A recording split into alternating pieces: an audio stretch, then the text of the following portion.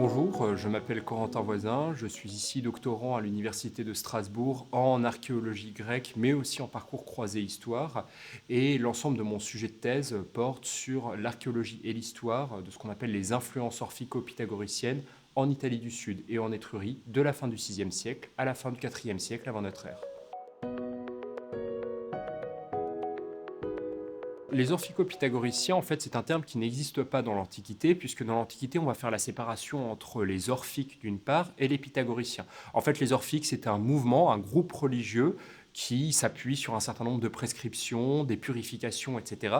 Tandis que les pythagoriciens, c'est plutôt une école philosophique, religieuse et mathématique.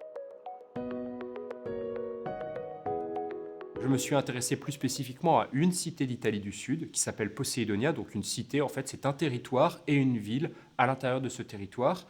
Et j'ai tenté de retracer l'ensemble des individus pythagoriciens qui se trouvaient dans cette cité de Poséidonia, de les redater pour donner un contexte d'ensemble dit pythagoricien de cette cité de Poséidonia.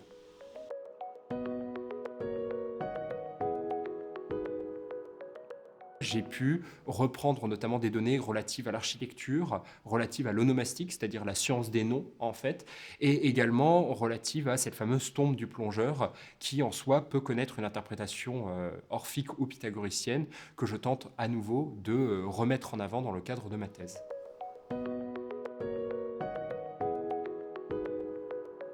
L'avantage de l'archéologie, c'est que c'est une discipline qui peut faire appel à énormément de sources. Donc je peux aussi bien utiliser les données de l'Antiquité, les sources antiques, les sources par exemple de certains auteurs, Platon, Aristote, Aristophane, etc. Mais je peux très bien aussi utiliser des données de terrain, ça c'est très fréquent, des données qui sont aussi bien issues de fouilles anciennes que de fouilles qui ont lieu en cours, des données de l'iconographie, et puis évidemment il y a l'ensemble de la bibliographie écrite sur le sujet. Pour l'orphisme et le pythagorisme, il faut remonter jusqu'au 19e siècle, donc il y a de quoi faire.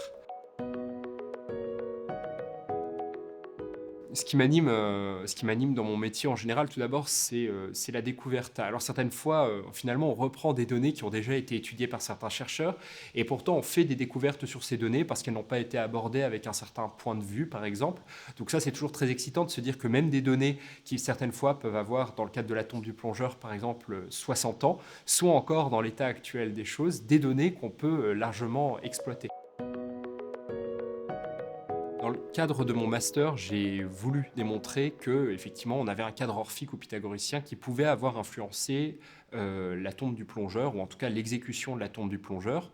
Évidemment, maintenant, à partir de toutes les données que j'ai accumulées en master, il ne faut pas s'arrêter là. Il faut l'étendre à l'ensemble de l'Italie, à l'ensemble de l'Étrurie, et voir si ce qui potentiellement peut être montré dans un cas peut être étendu à un ensemble beaucoup plus large, à un corpus beaucoup plus large.